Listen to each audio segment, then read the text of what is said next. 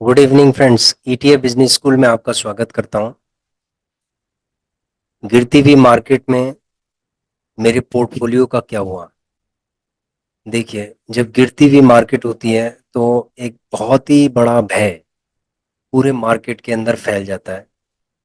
यानी हॉरर हो जाता है मार्केट के अंदर कि जब पोर्टफोलियो जब नेगेटिव होने लगते हैं तो उसमें एक पूरा डर का एक माहौल हो जाता है। और जो अच्छे से अच्छे लोग हैं वो नेगेटिव देख नहीं पाते और वो भाग जाते हैं मार्केट से।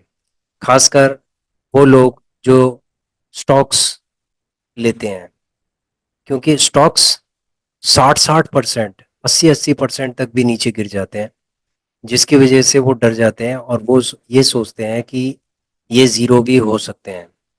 तो इसीलिए वो री इन्वेस्टमेंट की जगह वो नेगेटिव, यानी कि नेगेटिव मार्केट में वो अपना लॉस करके भाग जाते हैं। ये 90% लोगों के साथ ऐसा होता है जो स्टॉक्स में डील करते हैं या स्टॉक्स में जो ट्रेडिंग करते हैं। अब बात आती है ईटीएफ की। हम ईटीएफ के अंदर ही इन्वेस्टमेंट करते हैं। यहाँ पर गिरती हुई मार्केट के अंदर हम री इन्वेस्टमेंट करते रहते हैं। यानी कि हम अपनी स्ट्रैटेजी पे काम करते हैं।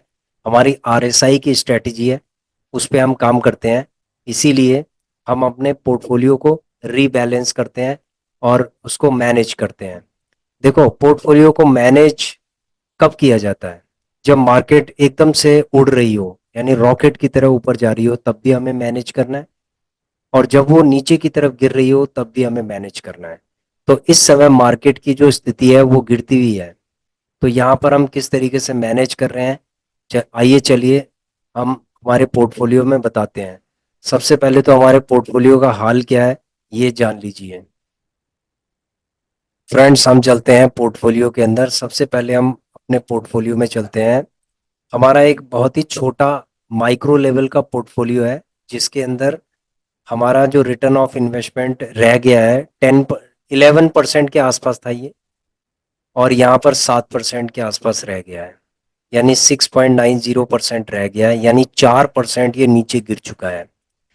ओवरऑल पोर्टफोलियो 4% गिरा है, तो इसका मतलब है कि जो ईटीएफ है, ईटीएफ उसका डबल गिर गया है।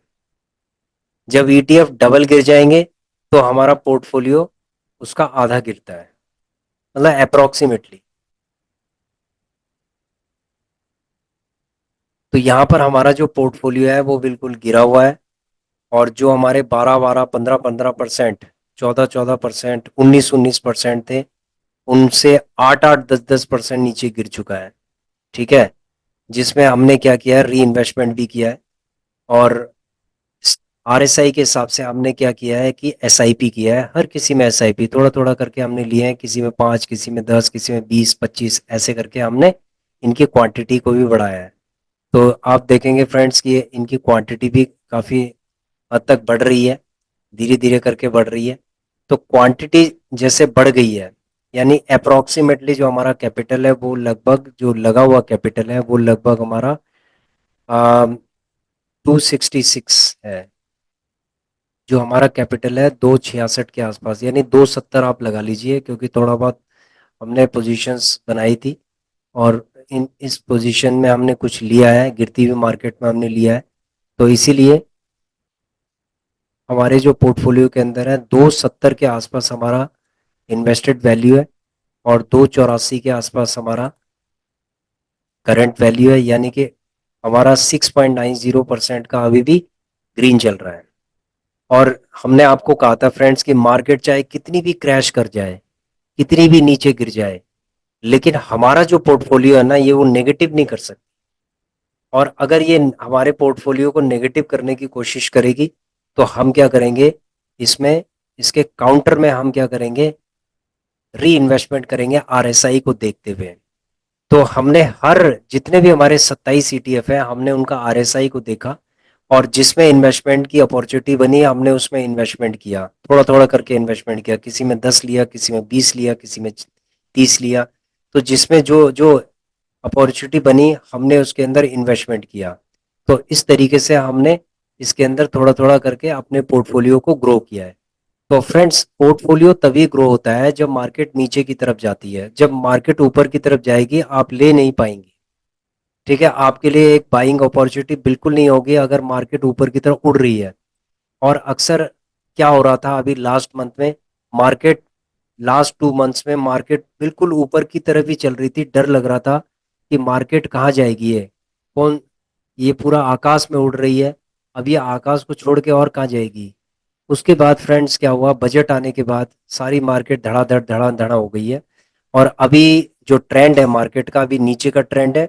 इसीलिए आप लोगों से निवेदन है कि आप एकदम से गिरती हुई मार्केट में पूरा फंड न लगाएं, आराम से लगाएं, अपने फंड को डिवाइड करें। सपोज आपके पास 10,000 का फंड है, तो उसको कम से कम 5 पार्ट में डिवाइड करके लगाएं, 2-2 हज़ार करके लगाएं।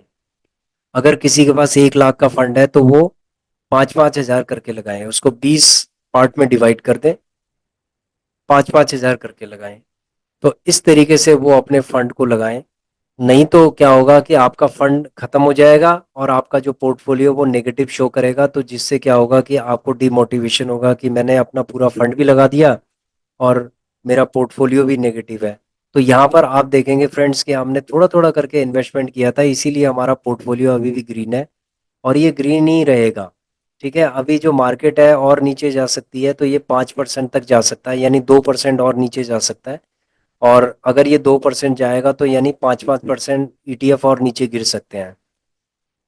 ठीक है, सेक्टर और गिर सकते हैं। उसका कारण ये है कि टैक्सेशन से, जो स्टॉक मार्केट है टैक्सेशन से बिल्कुल भी खुश नहीं है। और जो लॉन्ग टर्म इन्वेस्टर्स हैं और जो शॉर्ट टर्म इन्वेस्टर्स हैं वो बिल्कुल भी खुश नहीं है, क्योंकि इसके अंदर जो टैक्स है वो बढ़ाया गया है, एसटीटी में भी बढ़ाया है, और लॉन्ग टर्म कैपिटल में भी बढ़ाया है, और शॉर्ट टर्म कैपिटल में भी बढ़ाया है। तो टैक्स बढ़ने से लोग नाखुश हैं। इस वजह से जो बड़े बड़े इन्वेस्टर्स हैं, जो बहुत प्रॉफिट में थे, उन्होंने क्या किया है, सेल किया है। ठीक है, सेल करके वो क्या कर रहे हैं, मार्केट के अंदर सेल कर रहे हैं, यानी कि अपना प्रॉफिट बुक कर किए जा रहे हैं। जो छोटे छोटे इन्वेस्टर्स हैं जिन्होंने पोजीशंस बना रखी थी, वो लोग नुकसान में जा रहे हैं। देखिए, ऑप्शंस एंड ट्रेडिंग की अगर हम बात करें तो वहां पर लोगों को ज़्यादा नुकसान है, क्योंकि प्रॉफिट हो या लॉस हो एसटीटी तो उनको देना ही पड़ेगा।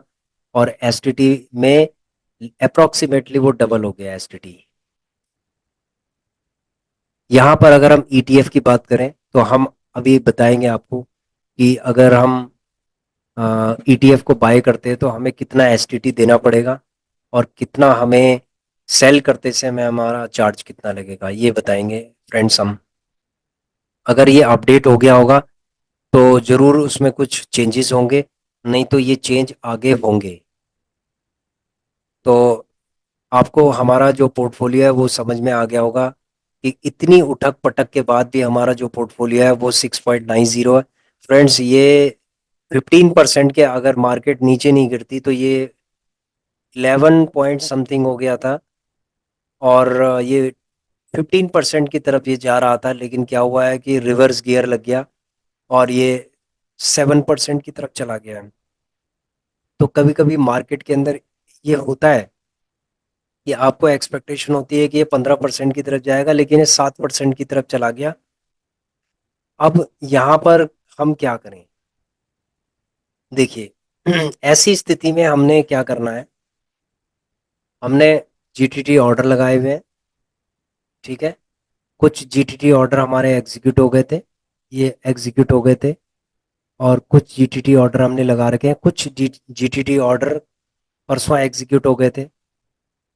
तो जो 2.5% के जीटीटी ऑर्डर हमने लगाए थे, वो लगभग 19 जीटीटी ऑर्डर हमारे एग्जीक्यूट हो गए थे। 29 जीटीटी ऑर्डर हमने लगाए थे टोटल, 29 में से 19 जीटीटी ऑर्डर एग्जीक्यूट हो गए थे। और आज हमारे 6 जीटीटी ऑर्डर एग्जीक्यूट हो गए हैं। तो हम 2-2 2.5% ही जीटीटी ऑर्डर लगाते हैं, जबकि वो मार्केट इतनी तेजी से नीचे गिरती है कि वो एग्जीक्यूट हो जाते हैं। तो 2-2.5% ठीक है, जीटीटी ऑर्डर हमेशा 2-2.5% ही लगाने चाहिए।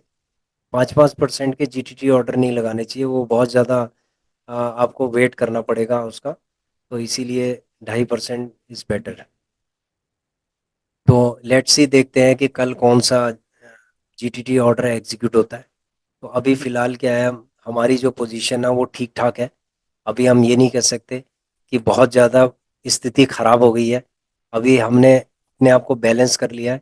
और ये हमने बैलेंस कैसे किया है, हमने कुछ अभी लिए हैं और वो भी माइनस हो गए हैं, तो इसीलिए ये क्या हो रहा है कि 6.90 हो गया है ये।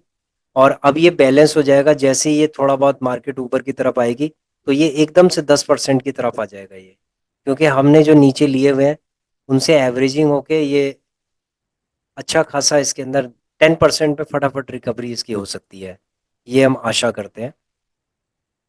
तो फ्रेंड्स, हमने कुछ नए ईटीएफ भी लिए हैं। उनमें से एक है ईवी इंडिया, जिसके बारे में हमने आपको बताया था, वो हमने लिया हुआ है, अपने पोर्टफोलियो के अंदर लिया हुआ है।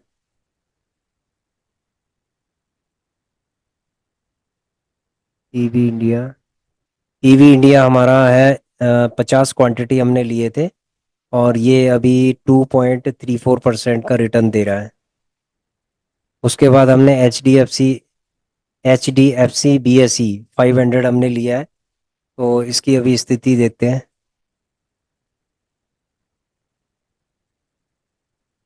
HDFC, ये friends, HDFC 250, this one is 250 HDFC। Friends, हमने ये जीटीटी ऑर्डर में लगाए हुए थे, शायद आज एग्जीक्यूट हो गए हैं, दिखाते हैं हम आपको जीटीटी ऑर्डर के अंदर। यस, HDFC CVSC 500, ये तीन हमने जीटीटी ऑर्डर लगाए थे, तीनों एग्जीक्यूट हो गए हैं। तो देखते हैं कल इसकी क्या स्थिति रहेगी। एक और हमने लगाया था MNO, मॉन MonQ50, इसके हमने 10 लिए हैं। MonQ50 है, इसके हमने 10 लिए हैं। इसमें बहुत हाई वॉलेटिलिटी होती है, इसके ऊपर भी हम एक वीडियो बनाएंगे। एक दिन में इसने 18% का रिटर्न दिया है। MonQ50 में इसने एक दिन में 18% का रिटर्न दिया है, इसके ऊपर हम वीडियो बनाएंगे, और ये बहुत ही धमाकेदार ETF है। देखते हैं इसकी वॉलेटिलिटी क्या होगी, किस तरीके का ये ETF है, इसके बारे में हम एनालिसिस करके आपको बताएंगे। अब चलते हैं हम दूसरे पोर्टफोलियो में। ये तो हमारा लॉन्ग टर्म का पोर्टफोलियो है, जिसको हम सिर्फ इसके अंदर हम बाय करते हैं, इसके अंदर कोई भी हम सेल नहीं करते हैं। ठीक है, इसके अंदर सिर्फ बाय करते हैं, इसके अंदर कोई भी हम सेल नहीं करते। इसका पोर्टफोलियो, ऑब्जेक्टिव क्या है इस पोर्टफोलियो का, देखिए। इस पोर्टफोलियो को हमने ग्रो करते रहना है, करते रहना है, करते रहना है। जब ये 5 लाख हो जाएगा तो हम इसको लॉक कर देंगे, और इसको फिर 15 साल के लिए हम छोड़ देंगे इसको। ठीक है, फिर हम दूसरे डीमेट अकाउंट के अंदर हम सेम प्रोसेस हम करेंगे, और तब तक हम इसको छोड़ देंगे 15 साल के लिए। तो 15 साल में जितना भी जो भी बनेगा, वो बीच बीच में हम आपको दिखाते जाएंगे। अगर री इन्वेस्टमेंट की जहाँ जहाँ ज़रूरत पड़ेगी वहाँ हम करते रहेंगे, और हो सकता है ये 5 साल, 5 लाख से हम 10 लाख तक भी इसको पहुँचा दें। ठीक है फ्रेंड्स, तो हमारा ऑब्जेक्टिव यही है लॉन्ग टर्म का इसके अंदर। दूसरा है हमारा शॉर्ट टर्म का। देखो, ये जो डीमेट अकाउंट है हमारा, ये बिल्कुल शॉर्ट टर्म का है। इसके अंदर जो प्रॉफिट बनते हैं वो शॉर्ट टर्म में बनते हैं। तो फ्रेंड्स, ऐसा है कि सबसे पहले मैं अपना पोर्टफोलियो दिखाना चाहता हूँ। ऑटो बीज, ये हमने एक लिया था जो 63% का रिटर्न दे रहा है, ये पहले लिया हुआ था हमने, I think 6 to 8 months back. Pharma बीज हमने लिया था 6 to 8 months बैक लिया था, दोनों एक साथ लिए थे। 50% का रिटर्न दिखा रहा है। ठीक है, क्योंकि समय हो गया, तो देखो समय, हमने कहा ना कि अगर आप किसी ETF के ऊपर टाइम दोगे, तो टाइम के अकॉर्डिंग 6 महीने में 63% ये दे रहा है। देखो आपको 6 महीने में ये आपको 50% दे रहा है, जबकि आपने एक सिर्फ लेके छोड़ दिया, आपने SIP भी नहीं किया उसके अंदर। अगर आप SIP करते तो शायद 50 से ये 70% भी हो सकता था, क्योंकि कई बार ये नीचे गिरा है फिर ऊपर उठा है, ऐसे करके ये 50 पॉइंट समथिंग परसेंटेज इसने दिया है। उसके बाद चलते हैं हम LT गिल्ड बीज में। देखो, ये डेट फंड है एक तरीके का, इसमें बॉन्ड में इन्वेस्टमेंट होती है। तो ये हमने लेके अभी इसको छोड़ दिया है।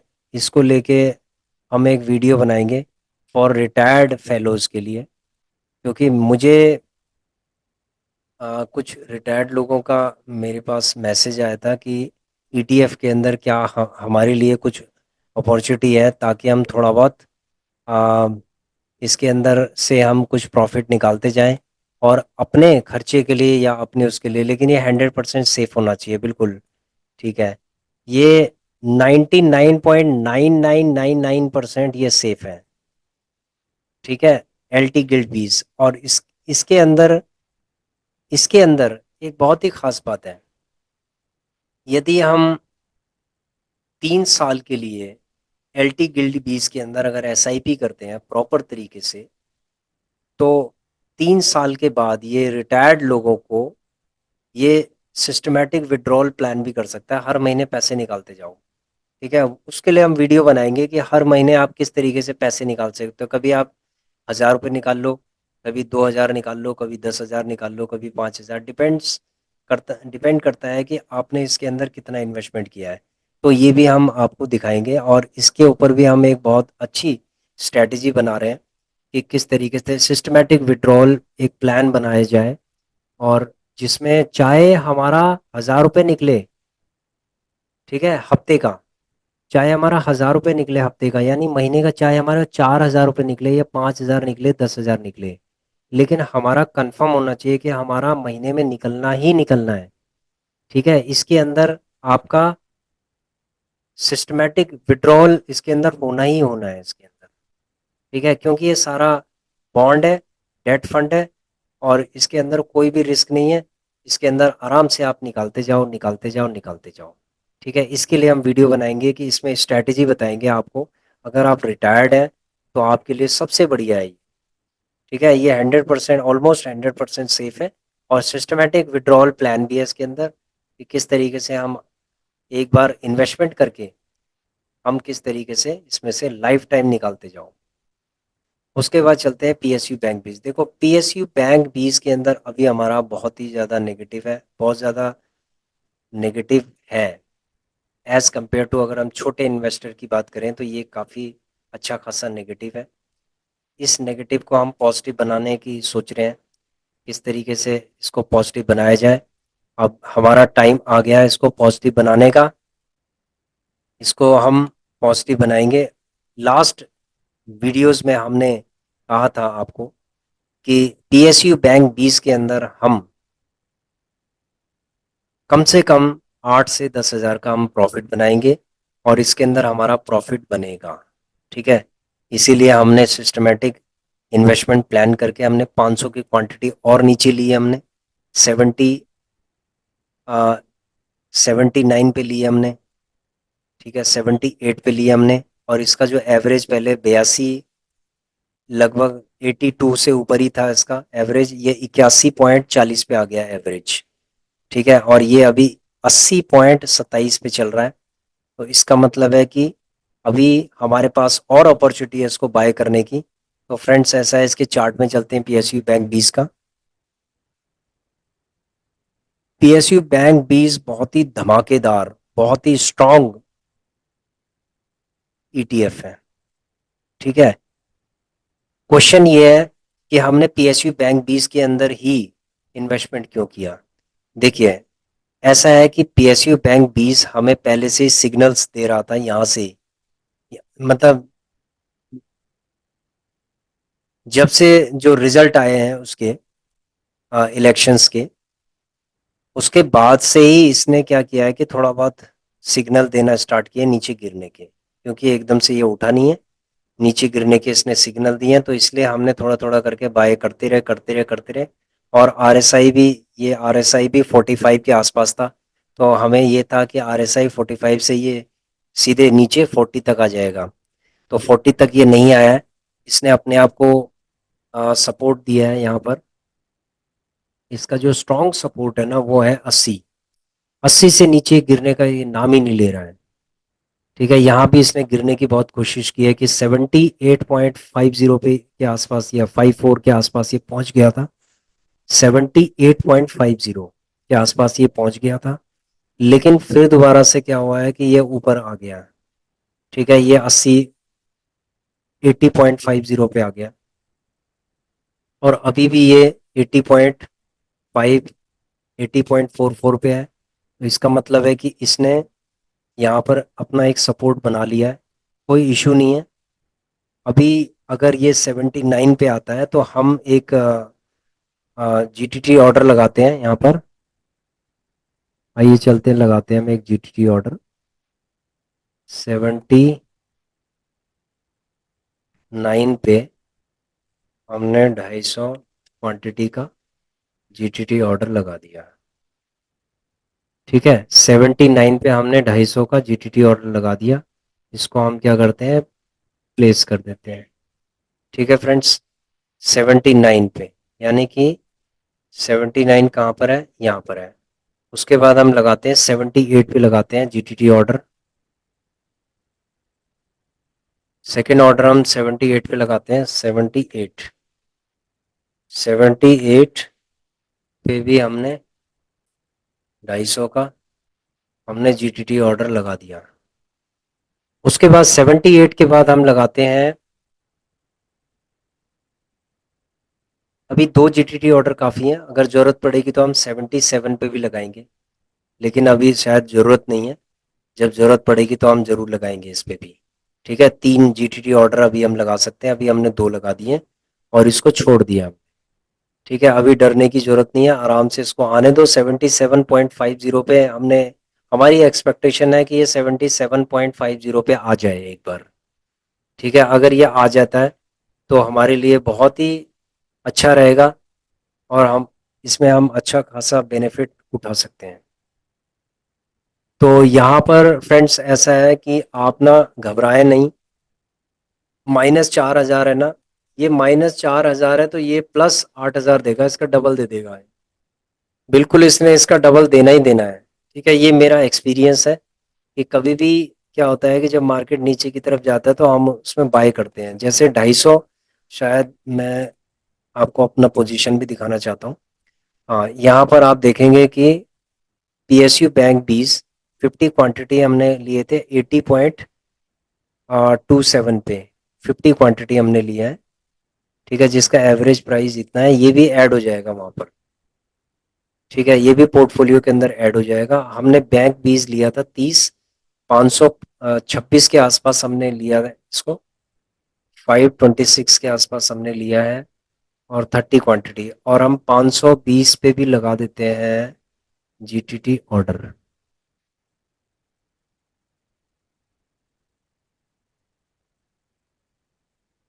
फ्रेंड्स हम 30 ही लेंगे यहाँ पर, 520 पे हम जीटीटी ऑर्डर लगा देते हैं।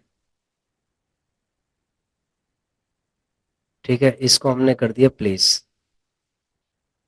अब चलते हैं हम अपने पोर्टफोलियो में। अब देखो बैंक 20 का बताते हैं आपको, 130 क्वांटिटी हमारे पास ऑलरेडी है, जिसमें हमारा एवरेज प्राइस आ रहा है 534, और ये कम से कम 10 रुपये नीचे चला गया है। ठीक है, 10 रुपीज़ नीचे चला गया इसका। 20 रुपये नीचे ऊपर जाना कोई बहुत बड़ी बात, 20 रुपीज़ ये ऊपर नीचे जाता है, कोई इशू नहीं है। तो हमने क्या किया है कि 30 पे हमने इसको लिया है, 26.50 के आसपास जो हमने लिया है वो पोर्टफोलियो के अंदर आ जाएगा। और उसके बाद ये 534 की जगह पे कम दिखाएगा, मान लीजिए 534 है तो 533 के आसपास, 532 के आसपास दिखाएगा। ये एवरेज प्राइस अब इसका कम हो जाएगा। जब एवरेज प्राइस इसका कम हो जाएगा, 532 के आसपास हो जाएगा, तो उसके बाद फिर देखते हैं कि ये मार्केट कहाँ जाती है, ऊपर की तरफ जाती है, नीचे। तब हमारे पास जो क्वांटिटी होगी 160 क्वांटिटी होगी अब कल हमारे पास। ठीक है, 160 क्वांटिटी यानी कि 160 की क्वांटिटी होगी। और अगर ये 10 रुपये ऊपर भी चला गया तो इसका मतलब है कि 1600 रुपये हमारे बनेंगे, और आराम से हमारी पॉकेट मनी निकलेगी। तो पॉकेट मनी निकालने का यही तरीका है। देखो, पैसा है ना स्टॉक मार्केट के अंदर बहुत आसानी से नहीं बनता। स्टॉक मार्केट के अंदर कभी भी पैसा इतनी आसानी से नहीं बनता, जितना आसानी से हम लोग सोचते हैं कि लिया और सीधे हमें प्रॉफिट हो गया। ठीक है, ऐसा नहीं होता। इसके अंदर बहुत पेशेंस से आपको खड़ा रहना पड़ेगा, और प्रॉफिट बनेगा, 100% चांस है बनने के। ठीक है, दोनों में बनेगा, पीएसयू बैंक 20 और बैंक 20 दोनों में बनेगा। तो अभी फिलहाल ट्रेंड नीचे का है, इसलिए हमने नीचे जीटीटी ऑर्डर नीचे के लगा रखे हैं, और नीचे आने दो इनको, कोई दिक्कत नहीं है, हम खड़े हैं, हमें कोई दिक्कत नहीं है। आने दो इसको। तो फ्रेंड्स एक चीज़ मैं आपसे ये कहना चाहता हूँ कि आप जब भी आप जीटीडी ऑर्डर लगाएं या बाय करें तो अपने फंड को डिवाइड जरूर कर दें। देखो मैंने अपने फंड को डिवाइड किया, तब जाके मेरा जो एवरेज है ना वो 81.40 के आसपास आ रहा है। अगर मैं अपने फंड को डिवाइड नहीं करता ना तो ये कम से कम 85 के आसपास होता, मतलब 4 रुपये में नीचे होता, और कम से कम यहाँ पर 12,000 रुपये माइनस दिखा रहा होता। कितना दिखा रहा होता? 12,000 रुपये यहाँ पर माइनस दिखा रहा होता। और मेरी जो एवरेजिंग इतनी, मतलब इतनी टॉप क्लास की एवरेजिंग मैंने की है कि अगर ये 3 रुपये भी ऊपर आ गया तो समझ लो कि 10-12 हज़ार रुपये ये मुझे ऐसी चुटकी में दे देगा। तो जैसे ही ये ऊपर आएगा वैसे ही हम हटा देंगे इसको, आना ही आना है इसने तो। ठीक है, देखो या तो ये 77.50 पे जाएगा। ये हम शुरू से आपको कह रहे हैं कि इसका ट्रेंड नीचे का है। आप इसका ट्रेंड ऊपर का मत समझिए, इसने आपको धोखा दिया है। जो ऊपर गया था, थोड़ा बहुत गया था, ये 82 के आसपास गया था। ये समझ लो कि इसने एक छोटा सा आपको चकमा दिया था, और आना इसने नीचे ही था। इसलिए हमने भी इसको सेल नहीं किया। हमें ये है कि हम इसकी क्वांटिटी बढ़ाएंगे, एवरेजिंग कर करके हम इसकी क्वांटिटी बढ़ती जाएगी। ये समझ लो हमारी एसआईपी हो रही है, और हमने इसको होल्ड कर दिया है। तो अभी लगभग इसमें 20-25 दिन हो गए हैं, 20 दिन के आसपास हो गए हैं। और 20 दिन के अंदर अभी ये हमारा ये सिचुएशन है इसकी। और हमारी जो एक्सपेक्टेशन है वो कम से कम 10 दिन और इसको होल्ड करने की है। और 10 दिन के अंदर देखो ये कितना प्रॉफिट देता है हमें, क्या देता है हमें, ये आपको हम जरूर बताएंगे। चाहे ये हमें दे 5,000 का प्रॉफिट दे, 10,000 का दे, जो भी प्रॉफिट देगा वो हम आपको बताएंगे ये कितना प्रॉफिट देगा हमें। सिमिलरली बैंक बीस का वो भी हम आपसे शेयर करेंगे कि ये कितना प्रॉफिट हमें देंगे। ठीक है, तो लेट्स वेट। आपको होल्ड करना है, वेट करना है, और इंतज़ार करना है अपने प्रॉफिट के लिए। जब प्रॉफिट के लिए इंतज़ार करोगे ना तो बहुत मीठा फल आपको मिलेगा। ठीक है। और गिरती हुई मार्केट में कभी भी जो लोग हॉरर करते हैं ना, गिरती हुई मार्केट में उनको ये लगता है कि ये मार्केट सारी जीरो हो जाएगी। मार्केट कभी जीरो नहीं होती है। ये मार्केट नीचे गिर के पेशेंस वालों को हीरो बना देती है। ठीक है फ्रेंड्स, तो ये कोई हमारा पहला वो नहीं है, मौका नहीं है। ऐसे हमारे बहुत सारे मौके आए हैं जिसमें हमने 20-20, 25-25 हज़ार रुपये भी बनाए। और हमने इवन क्या है 50,000 तक भी हमने बनाया है इसके अंदर। 50,000, 50+ भी हमने बनाया है। और उसमें जब नेगेटिव हुआ था, नेगेटिव 32-32 हज़ार माइनस माइनस हुआ है। ईटीएफ की बात कर रहा हूँ मैं। ठीक है, और ये बात मैं कर रहा हूँ बैंक बीस की। बैंक बीस इतना ज़्यादा ट्रेंडिंग होता है, कभी कभी नीचे की तरफ ये ऐसे चला जाता है, और उसके बाद ऊपर की तरफ ये आता है, तो ये समझ लो कि ये तगड़ा फंड बना के देता है आपको। इसी तरीके से आईटी बीस के अंदर भी ऐसा हुआ था हमारे साथ कि ऊपर आने का नाम ही नहीं ले रहा था, नीचे नीचे जा रहा था। जब वो ऊपर आया तो हमारी क्वांटिटी 3 रुपए उसने दिए हमें, और 19,000 की क्वांटिटी हो गई थी हमारी, लेते लेते लेते लेते लेते लेते बड़ा इरिटेशन हो गई थी हमें कि अब ये ऊपर आएगा नहीं आएगा, क्या होगा क्या नहीं होगा। तो जब वो एकदम से 3 रुपए आया ना, 3 दिन के अंदर ही 3 रुपए आ गया वो। और जैसे ही हमारा दिखाने लग गया ना 50+, वैसे ही हमने धड़ाक से उसको निकाल दिया। और उसके बाद हमने अपने एम स्टॉक के अकाउंट के अंदर उसको लोड कर दिया। और वो एसआईपी अभी हमने की है ये मंदी के टाइम पे। ये मंदी समझ लो इसको, ये करेक्शन का दौर है। ठीक है, ये मार्केट के लिए, हम लोगों के लिए मंदी है, मार्केट के लिए मंदी नहीं है। ये गवर्नमेंट के लिए मंदी नहीं है, ये ट्रेडरों के लिए मंदी है जिसका नीचे प्रोफाइल नीचे चला गया है। तो मैंने उसमें से एसआईपी करके फंड लगा दिया है। अब उसके बाद मेरे पास जो फंड बचा हुआ है सिर्फ 8,000, 8,500 के आसपास बचा हुआ है। इसको भी जीटीटी ऑर्डर लगा के, और इसको भी हम कर देंगे खत्म, इसके अंदर इन्वेस्ट कर देंगे। और उसके बाद क्या होगा, जब हमारा कैश जीरो हो जाएगा तो फिर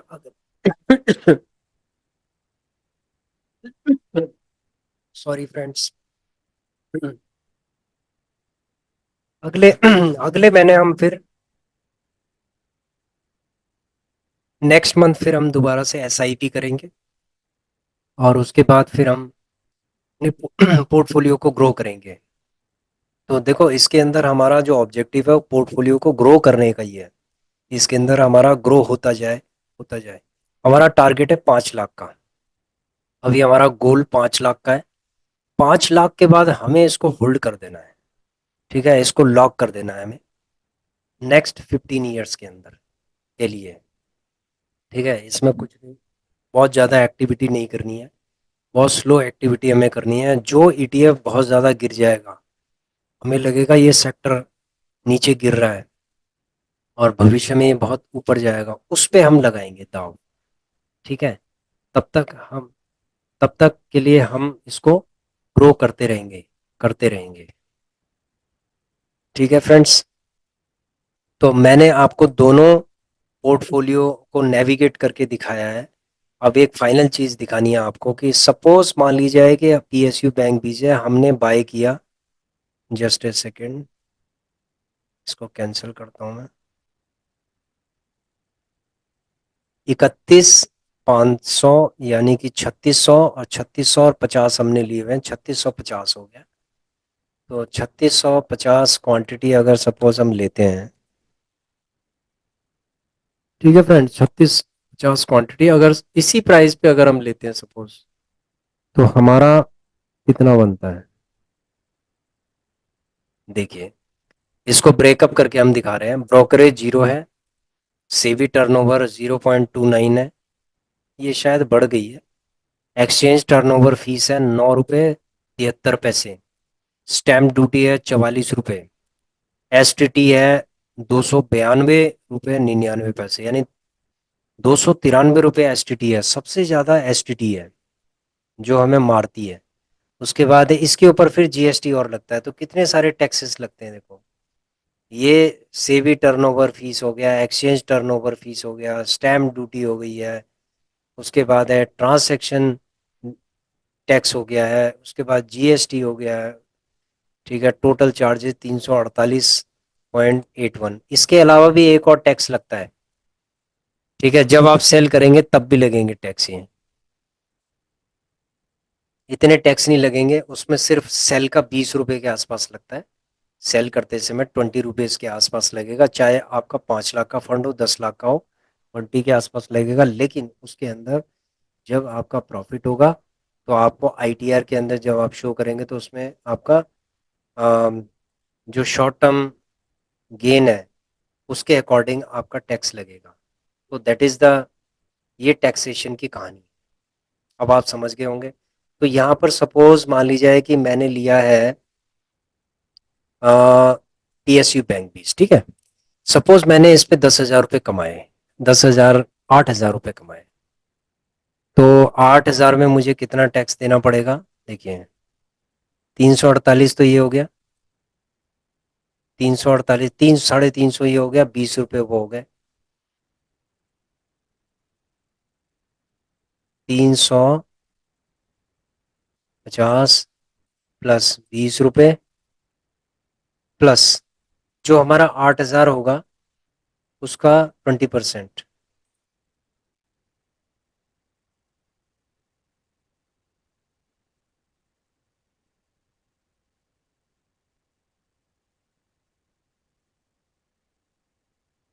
मतलब आपको 2,000 रुपये टैक्स देना पड़ेगा अगर आपने 10,000 रुपये कमाए हैं। 8,000 रुपये कमाए, इसका मतलब है कि 20% आपको टैक्स देना ही देना है, 20% के आसपास।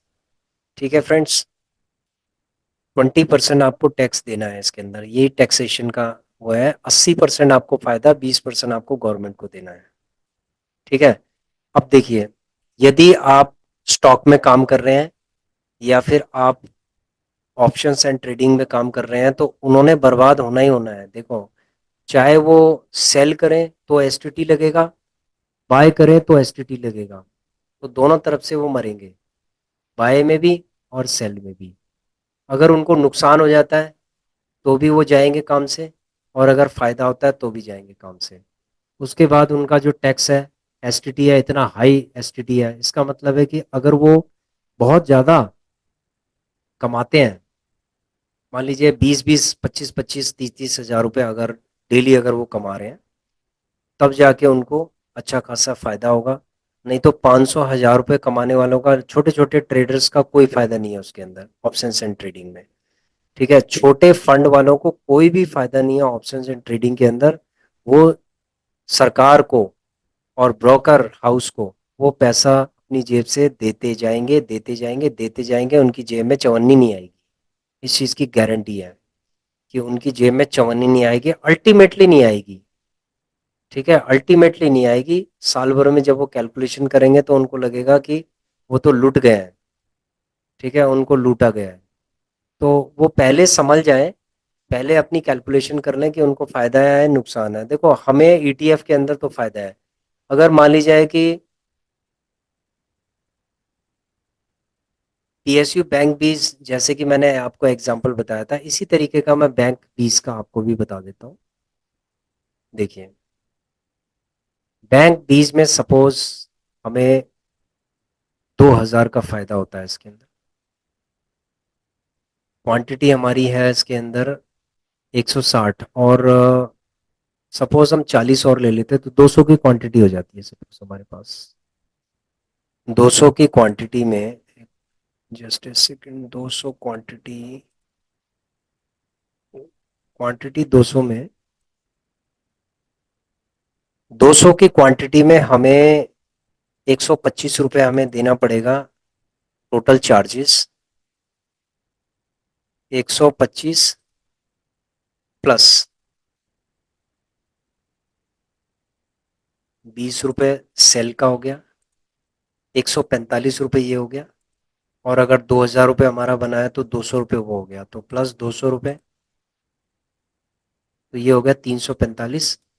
इसका मतलब है कि 2000 माइनस 345 इज इक्वल टू 1655। इसका मतलब है अगर हमने 2000 रुपये कमाए तो हमारी जेब में 1655 रुपये आएंगे। ठीक है, जिसको हम लॉन्ग टर्म में इन्वेस्ट कर सकते हैं या अपना खर्चा कर सकते हैं, जो भी आपने करना है, लेकिन आप ओवरऑल प्रॉफिट के अंदर है। ठीक है, और अच्छा खासा प्रॉफिट के अंदर है। भाई देखो, आपके पास एक दुकान है जिसमें आपको 20% सपोज गवर्नमेंट को देना पड़ रहा है। ठीक है, लीगल समझ लो कि आपको दुकान चलाने का सरकार को देना पड़ रहा है, तो 20% आपको देना पड़ रहा है दुकान चलाने का। अगर 20% आप नहीं दोगे तो आप ये समझ लो ये दुकान आप नहीं चला सकते। तो आप क्या चलाना चाहोगे या नहीं चलाना चाहोगे? यदि आप नहीं चलाना चाहते हो तो स्टॉप इट। ठीक है, आप छोड़ दीजिए इसको, कोई जरूरत नहीं है करने की। आप एफडी में जाइए, एफडी में भी ब्याज लग टैक्स लगता है, उसके अंदर भी थोड़ी ना बच जाओगे आप एफडी के अंदर। एफडी के अंदर भी आपको टैक्स लगता है।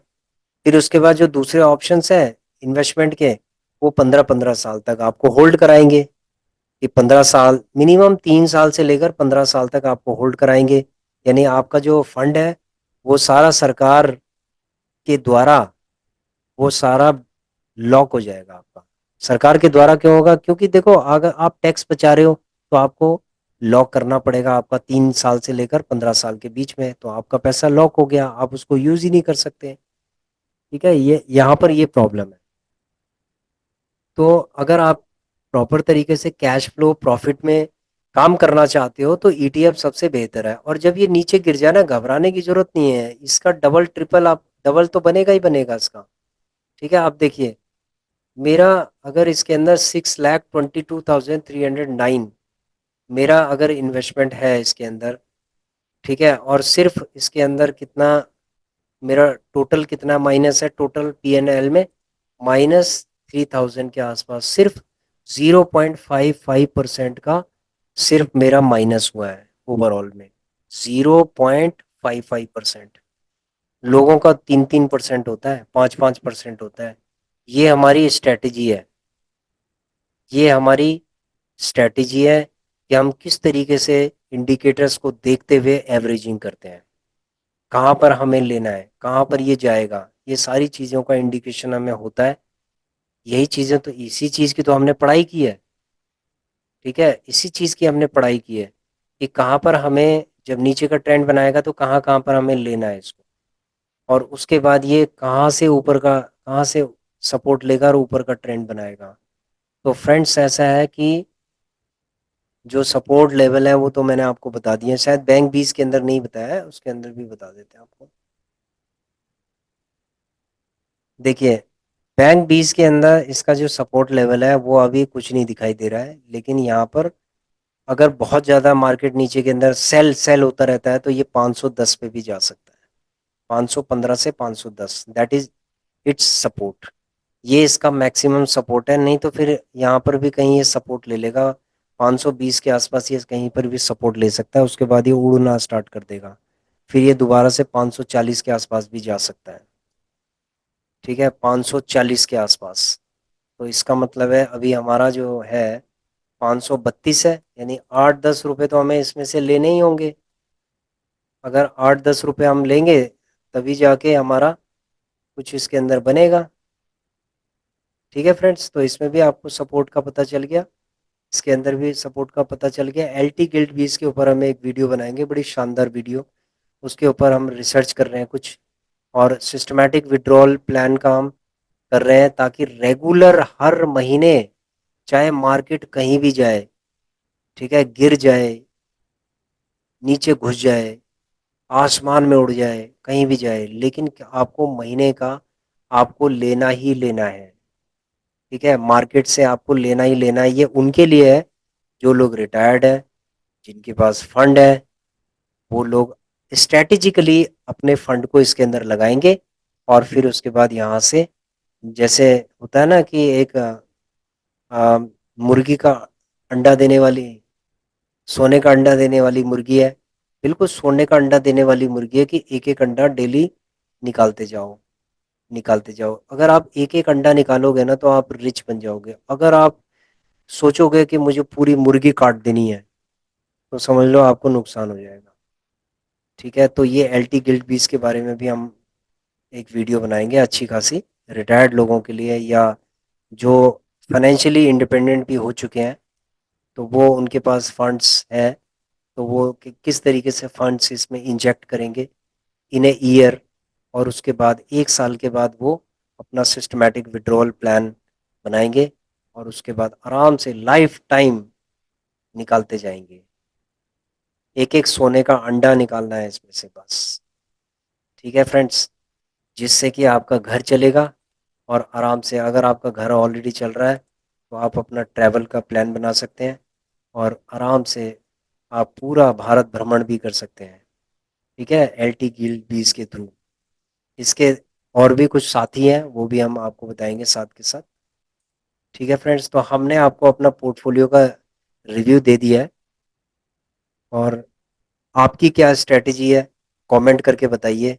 और किसी का अगर बहुत ज़्यादा नेगेटिव हो गया है तो वो भी आप बताइए, कि उसको उसको हम सजेस्ट कर सकते हैं कि कहाँ पर सपोर्ट बन सकता है, कहाँ पर रेजिस्टेंस बन सकता है, या कहाँ पर वो बाय कर सकते हैं, कहाँ पर सपोर्ट बन सकता है, बाइंग अपॉर्चुनिटी कहाँ पर हो सकती है एसआईपी करने की। तो उस चीज़ को हम थोड़ा बहुत ट्रेनिंग दे सकते हैं उनको। ठीक है, उसके बाद वो खुद एनालिसिस करें और देखें कि कहाँ पर उनको वो लोग ले सकते हैं, एवरेजिंग कहाँ पर कर सकते हैं। ठीक है फ्रेंड्स, तो आशा करता हूँ कि आप लोगों को ये वीडियो अच्छा लगा होगा। और हमारा कभी पोर्टफोलियो नेगेटिव भी होता है, पॉजिटिव होने से पहले नेगेटिव होता है। देखो, जब आपको लंबी छलांग मारनी है ना, तो सबसे पहले आपको पीछे आना पड़ेगा। जब तक आप पीछे नहीं आएंगे ना, तब तक आप लंबी छलांग नहीं मार सकते। तो ईटीएफ के अंदर भी वही है, कि सबसे पहले आपको पीछे आना पड़ेगा लंबी छलांग मारने के लिए, और उसके बाद फिर इतनी लंबी छलांग मारो कि उसके बाद क्या है, महीने का सारा जो है निकल जाए आपका। ठीक है, आपके खर्चे निकल जाए। तो इस बार हमारा कुछ प्लान है, कुछ खर्चा करने का प्लान है ईटीएफ के प्रॉफिट से। तो let's wait and grab the profit. Thank you very much for watching this video, and please subscribe, share and like our channel. Thank you.